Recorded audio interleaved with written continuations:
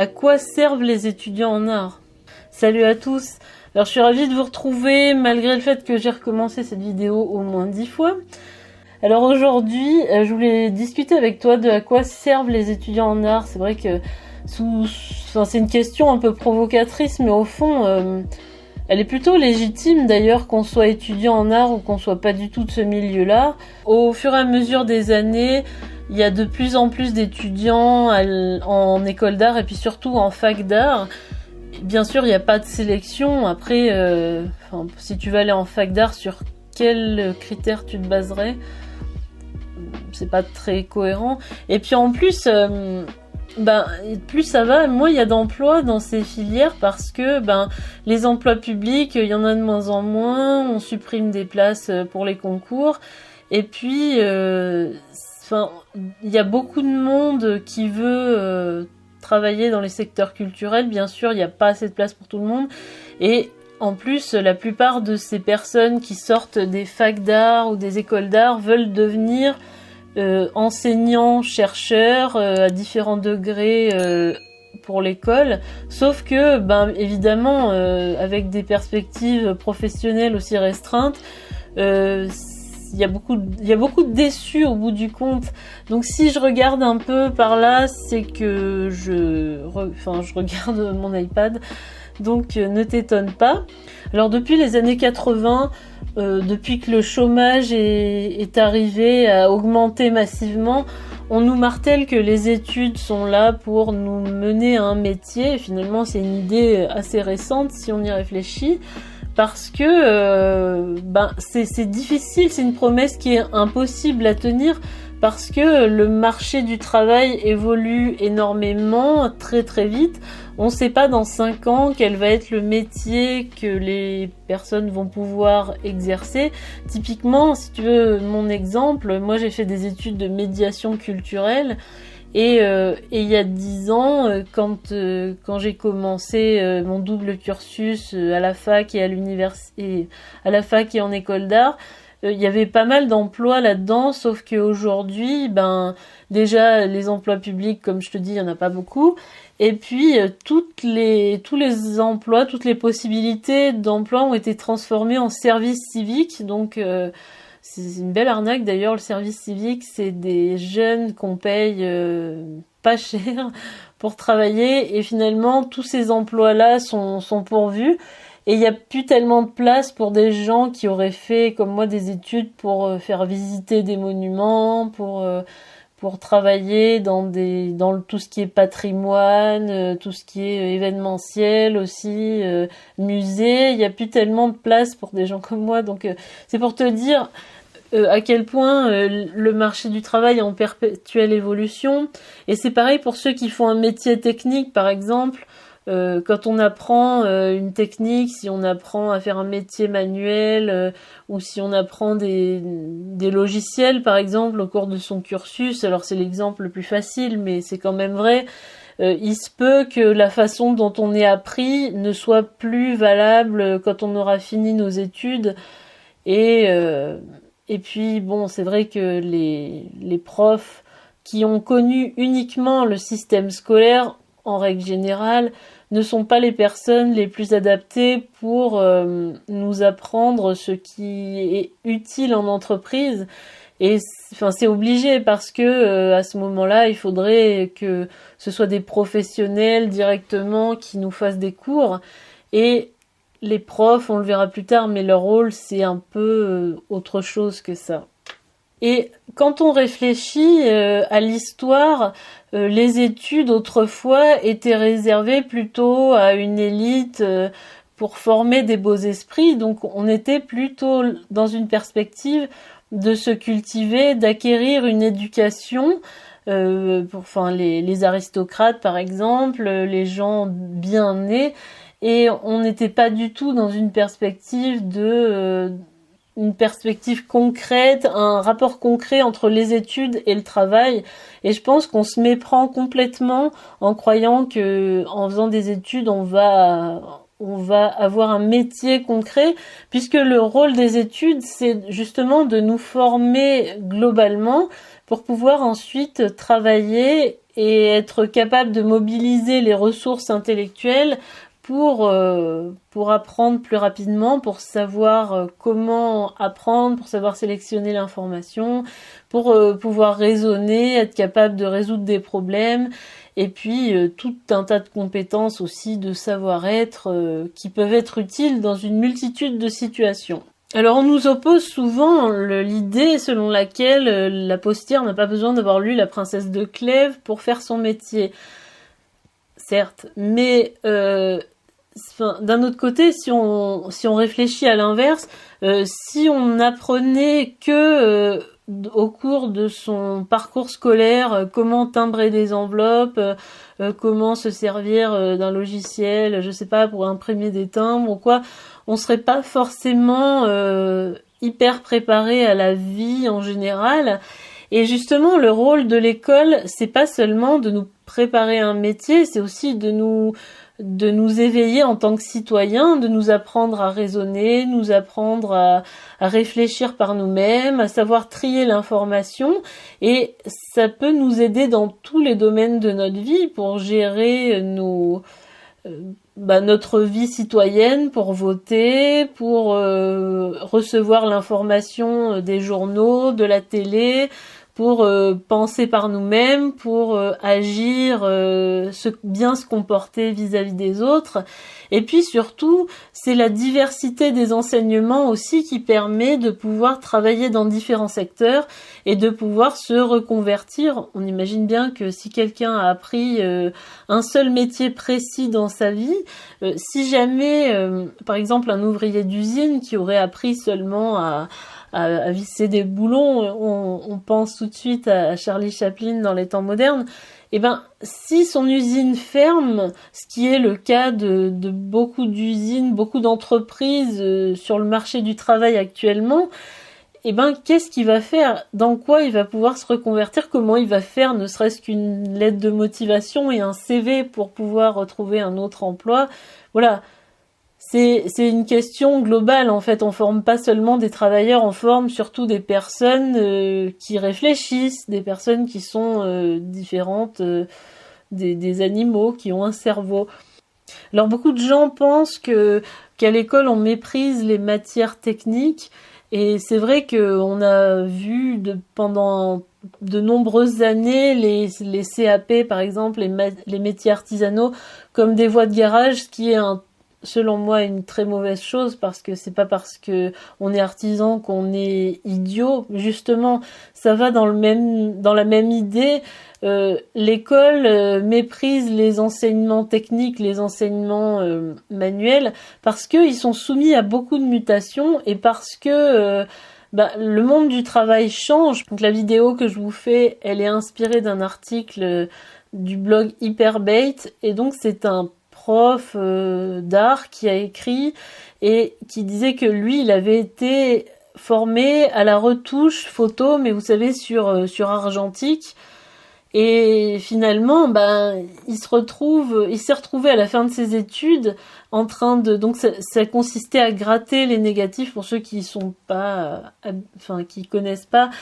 Avant la photo numérique, on faisait de la photo argentique, c'est-à-dire de la photo qui s'imprimait en quelque sorte sur des bandes noires, comme ça, vous en avez tous déjà vu, je suppose, chez vous. Autrefois, quand on faisait développer les négatifs, on avait un rouleau, on ouvrait la pellicule, donc on défaisait une sorte de cylindre, et ensuite on imprimait les photos sur des papiers spéciaux qu'on trempait dans des bains chimiques. Donc il y avait tout un processus, et donc lui son job de départ c'était de faire de la retouche, mais pas telle qu'on la connaît sous Photoshop, mais de gratter des négatifs avec des pointes spéciales, des sortes de lames de rasoir.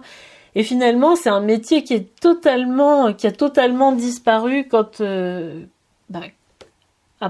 l'informatique est arrivée, et il s'est retrouvé en concurrence avec des personnes qui n'avaient jamais été formées à la retouche photo, sous Photoshop par exemple, et qui étaient bien plus compétents que lui pour faire ce travail. Donc bon, voilà, ça donne à réfléchir quand même sur le fait d'apprendre seulement les parties techniques à l'école.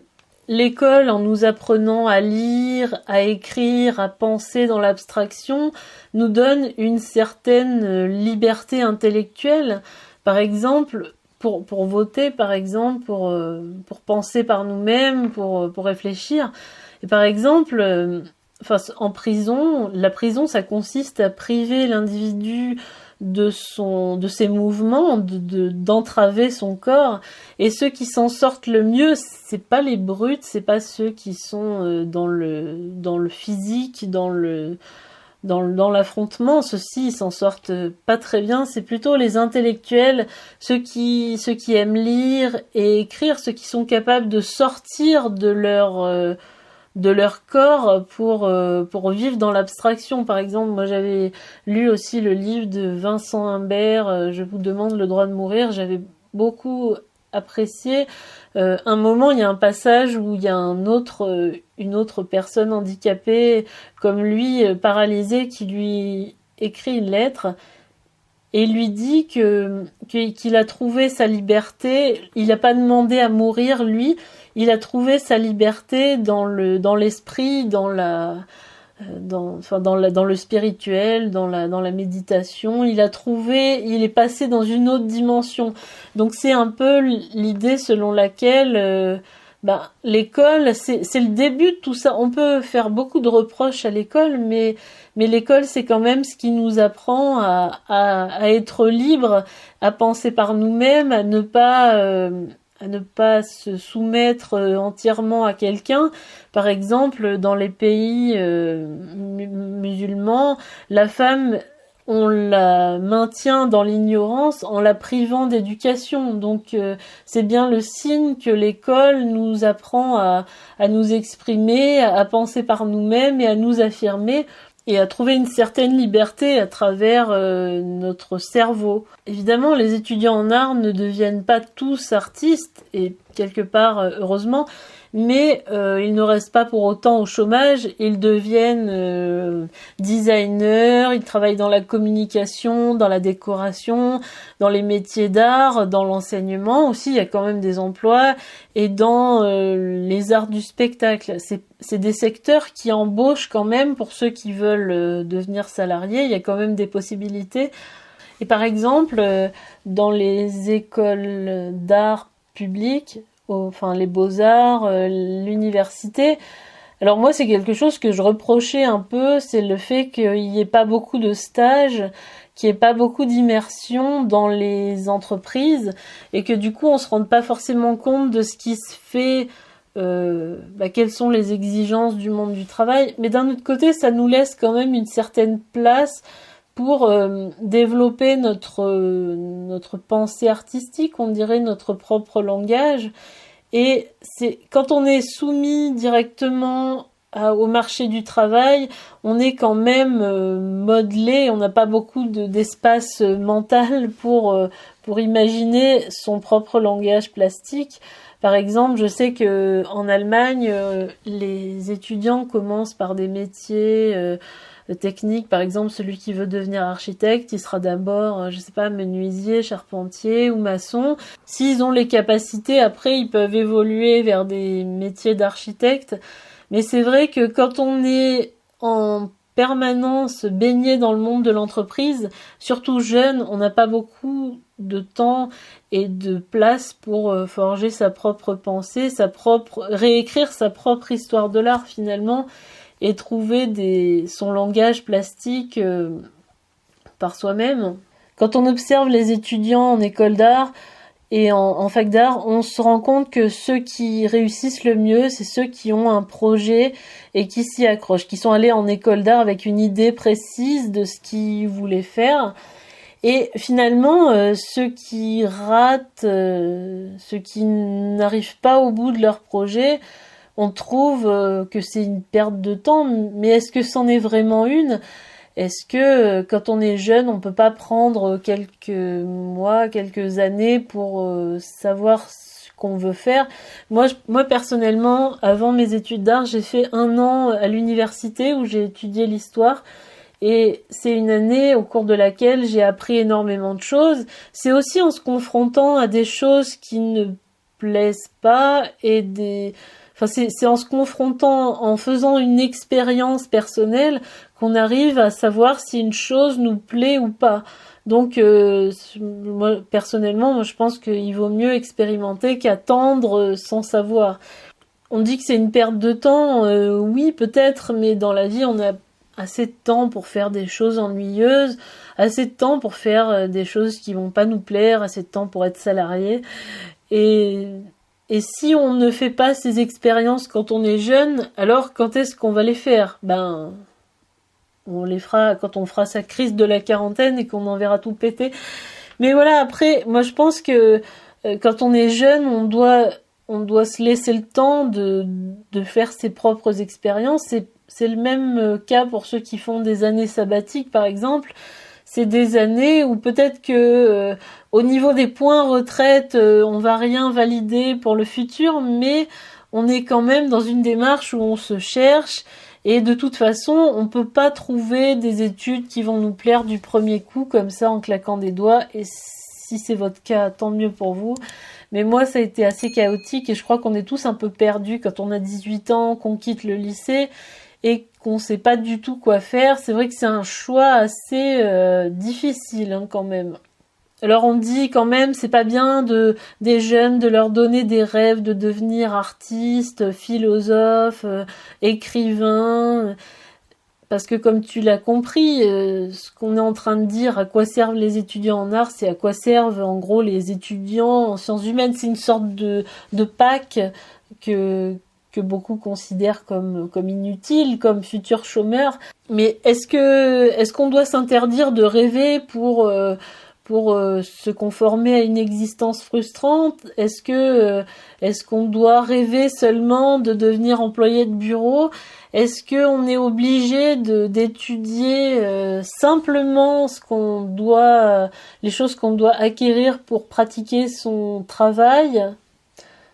Non, quand même. Je dis, c'est pas parce que on étudie des grandes matières, des matières peut-être un peu irréaliste, encore une fois, c'est pas forcément dans l'idée d'en faire un métier. Moi, je fais de l'art, je pratique l'art, et j'ai envie d'être artiste, et je le suis. C'est pas pour autant qu'il me faut vivre trivialement de mon art, je vais pas faire n'importe quoi pour vendre.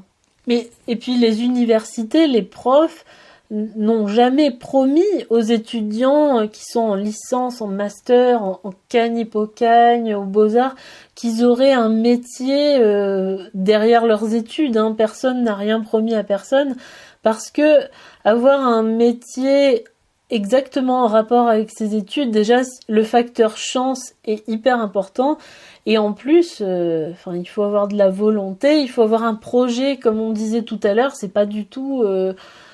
c'est pas parce qu'on est bon, c'est pas parce qu'on est méritant qu'on va obtenir un emploi dans son secteur, malheureusement. Et de ce côté-là, il n'y a pas du tout de promesse. Là où, quand on fait un apprentissage, en général, c'est pas une promesse garantie, mais en général, quand on fait un apprentissage, on est quasiment sûr d'être embauché par son maître d'apprentissage, puisque c'est un peu le but, de former un employé pour après lui faire intégrer l'entreprise. Mais à l'université, personne ne fait de promesses de la sorte. La réussite dans les études, c'est pas la démocratie, malheureusement, c'est pas le plus méritant qui va obtenir le poste. On sait pas à quoi sert un étudiant en art, oui, certes, mais par exemple, il y a des choses, on sait pas à quoi elles servent non plus. Quand on pense aux employés de bureau qui mettent un costume, qui mettent une cravate, est-ce qu'on s'est déjà demandé à quoi ça servait? Et pourtant, on le fait. Beaucoup de gens s'habillent en costume cravate et personne ne se demande qu'est-ce que ça signifie.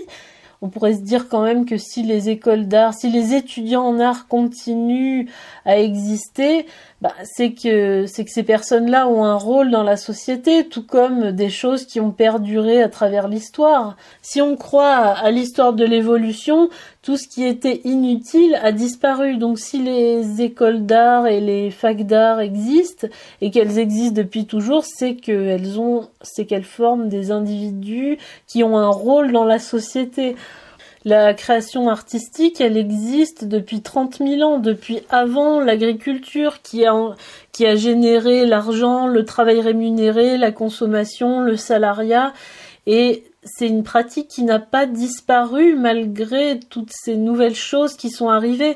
Donc, c'est le signe que l'art a un rôle dans la société.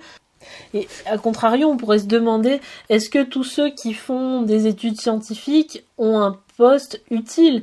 Celui qui fait des études d'informatique, par exemple, et qui travaille au développement et à l'entretien d'une application comme Candy Crush Saga, est-ce que c'est réellement utile à la société ? Est-ce que ça sert à quelque chose ? Je te laisse répondre. Je te laisse t'abonner d'ailleurs à la chaîne, à activer les notifications et à me répondre en commentaire. Puis j'ai envie de te dire, c'est un peu prétentieux de se dire que certains métiers sont plus utiles que d'autres. Ben oui, si, à part boire, manger, dormir, oui, ceux qui répondent, qui participent aux fonctions primaires de la vie, mais est-ce que naître sur Terre c'est utile ? Est-ce qu'avoir 3 enfants c'est utile ? Est-ce que vivre c'est utile ? J'ai envie de te dire, quel est le sens de la vie ? Mais nous, on n'est pas seulement... nous, en tant qu'êtres humains, on n'est pas comme des animaux, on répond pas à notre instinct. On pense, on réfléchit, on se cultive, on résout des problèmes... abstrait, on a la possibilité de faire marcher notre cerveau et de ne pas seulement être dicté par nos instincts primaires. Donc finalement, on peut pas non plus tout juger, tout mettre dans des cases, tout juger sur l'utilité ou non.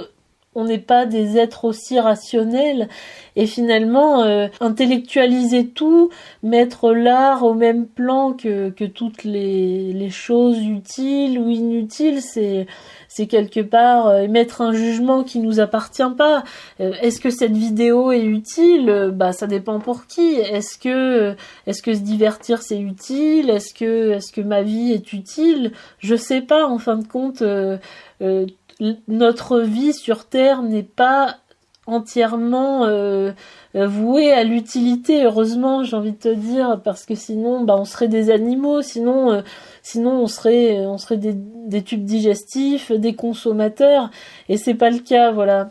Alors je sais pas si tu me connais, donc je suis Marion Cat, j'aide les artistes depuis l'entrée en école d'art jusqu'à la vie professionnelle à développer leur carrière artistique selon leur propre méthode, en utilisant les bases de l'entrepreneuriat. J'envoie un mail de temps en temps, donc tu peux t'abonner en cliquant en dessous, c'est le premier lien en description. Et sinon, j'ai hâte d'avoir ton avis sur la vidéo. On peut discuter en commentaire, j'ai très hâte de savoir quel est ton point de vue là-dessus. Je suis désolée pour cette voix éraillée. Je te dis à la prochaine vidéo. Salut!